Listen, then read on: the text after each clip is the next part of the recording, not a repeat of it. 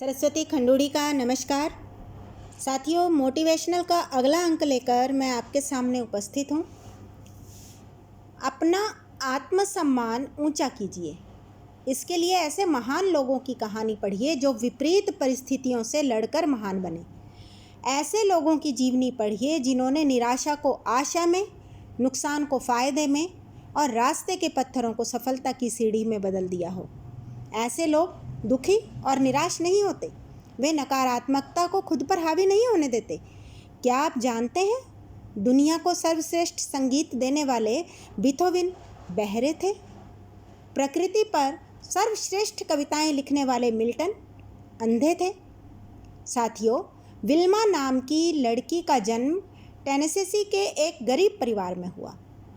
4 साल की उम्र में उसे काला बुखार और डबल निमोनिया हो गया और वह पोलियोग्रस्त हो गई।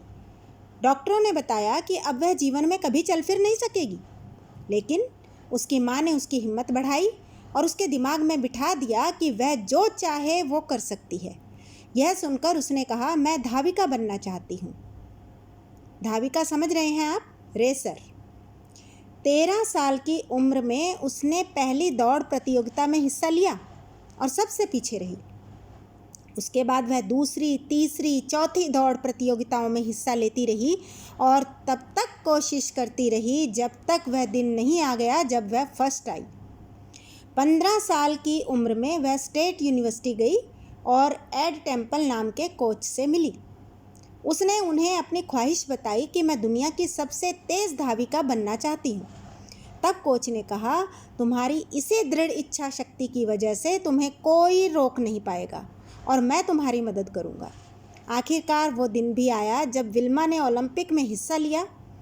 ओलंपिक दुनिया के सर्वश्रेष्ठ खिलाड़ियों का मुकाबला होता है। विल्मा का मुकाबला जुत्ता हेन से हुआ। उसने पहली 100 मीटर की दौड़ में उसे हराकर गोल्ड मेडल जीता।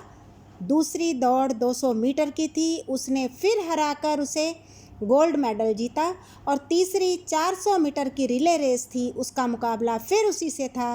रिले रेस में रेस का आखिरी हिस्सा टीम का सबसे तेज़ एथलीट ही दौड़ता है, इसलिए विल्मा और जुत्ता दोनों अपनी अपनी टीम के लिए दौड़े।